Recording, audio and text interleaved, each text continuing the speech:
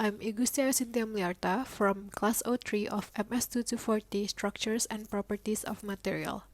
I'm here to discuss about creep phenomena for heat-resisting alloy. First off, we're gonna talk about creep. Creep is the deformation under static mechanical stresses at elevated temperature. In other words, it is a time-dependent and permanent deformation of materials when subjected to constant load or stress. It is undesirable and a limiting factor. For metals, it is an important factor at temperature equals to the 0.4 times the melting temperature of the materials. For plastic and rubber, it is always very sensitive to creep deformation. Okay, so to observe creep deformation, we have to conduct a creep test. It is when we subject a specimen material to constant load or stress at constant temperature. The result of this test is deformation or strain measured, and it will be plotted as a function of time. For metallic materials, it is conducted in uniaxial tension, and for brittle materials, uniaxial compression test is used. This test must be conducted to the point of failure in order to obtain creep characteristics that allow us to make sure the material's ability for a specific application. But most importantly, the result from this test that we usually observe is the minimum or steady state creep rate, which has the formula shown on the slide, and is the slope of secondary creep. We can see here from the figure 8.29 that upon application of load, there is instantaneous deformation, which is elastic. There are three regions of the resulting creep curve, which we can see. There are primary, secondary, and tertiary.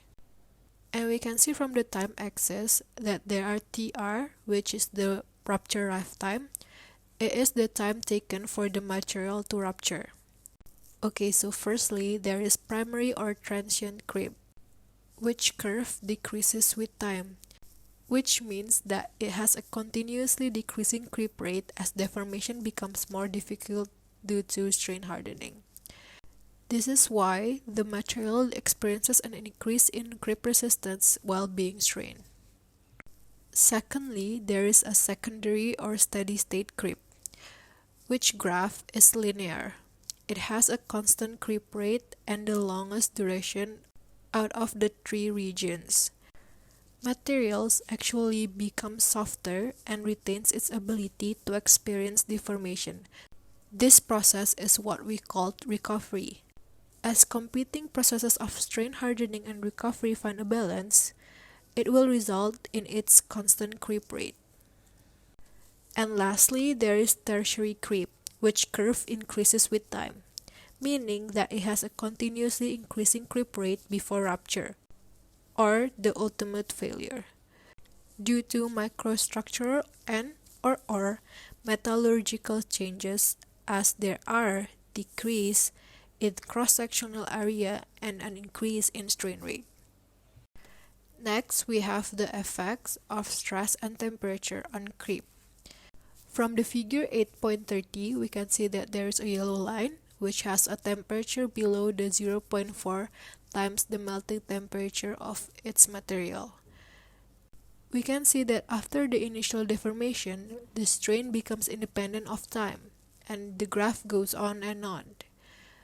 However, in the green, blue, and red lines, they have increasing stress as well as increasing temperature. We can notice three things from this graph. They show that the instantaneous strain at times of stress application actually increases, the steady state creep rate also increases, as well as the rupture lifetime which decreases.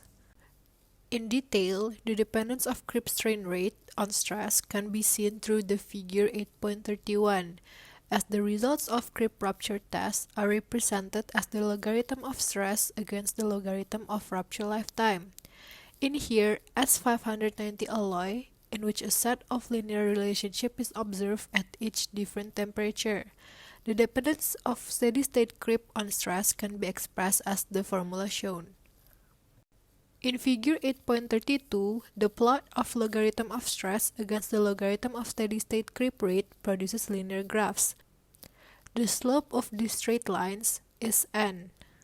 As we can see from the graph, the S590 alloy at each various temperature produces two straight line segments. And the dependence of steady-state creep rate on temperature can be expressed as the formula shown. Next, we have creep mechanisms. Several mechanisms have been proposed to explain creep behavior for various materials. They involve stress-induced vacancy diffusion, grain boundary diffusion, dislocation motion, as well as grain boundary sliding. This leads to different value of stress exponent n. Then we have to compare it to the experimental n value obtained. Creep data can be represented in the form of stress temperature diagram or deformation mechanism maps as shown on the slide. This indicates stress temperature areas in which various mechanisms operate, including constant strain rate contours. There are four creep mechanisms that we're going to talk about today. The first one is cobble creep or grain boundary diffusion. In this mechanism, the creep rate decreases as grain size increases. This occurs through diffusion of atoms in the material along grain boundaries. The second one is Nabarro-Herring creep or the bulk diffusion. In this mechanism, the creep rate also decreases as grain size increases, but the dependence of creep rate on grain size is weaker than the cobble creep. Also, similarly, it occurs at low stress level and high temperature just like cobble creep. Next, we have dislocation creep or climb, or what we can call power law. In this mechanism, the creep rate strongly depends on applied stress and controlled by the movement of dislocation. In power law, the creep strain rate is determined by rate at which dislocation are able to climb over obstacles. The activation energy for this creep mechanism is said to be close to that of vacancy diffusion. The temperature also is said to be greater than 0.6 times the melting temperature of the material. And lastly, we have thermally activated glide. This occurs in polymers, as well as other viscoelastic materials. Data extrapolation methods. Sometimes it's impractical to conduct normal laboratory creep rupture tests, and it can take a very long time, even up to years. This is why creep test is allowed to be performed at temperature higher than it is required and at a comparable stress level in order to obtain shorter time periods than making a suitable extrapolation. A common extrapolation procedure involves Larson-Miller parameter, or M. The formula is shown on the slide. Figure 8.33 shows the plot of logarithm of stress against the Larson-Miller parameter. The Larson-Miller parameter stays constant as the rupture lifetime of a material at a specific stress level varies with the temperature. The Larson-Miller parameter actually predicts rupture lifetime given the temperature and stress. Next, we have alloys for high temperature use.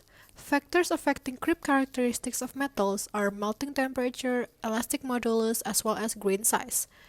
Higher melting temperature, as we can see from the previous slides in figure 8.30, that the higher the melting temperature, the higher the maximum required temperature will be to have the material strain be independent of time. Next, there is also greater elastic modulus and larger grain size, as bigger grains permit less grain boundary sliding, which results in the lower creep rates. These factors of higher melting temperature, greater elastic modulus, as well as larger grain size increase the resistance of material to creep. Lastly, we can see here in the figure 8.34 that the stainless steels and superalloys are especially resilient to creep and has high resistance to creep due to the solid solution alloying and formation of precipitate phases, as well as the advanced processing technique such as directional solidification, which produces either highly elongated grains or single crystal components. As we can see from the arrow here, single crystal actually has a higher creep rates than equiaxial and large grain, as well as equiaxial having higher creep rates than large grain. Thank you for your attention, and this is the end of my presentation. Thank you.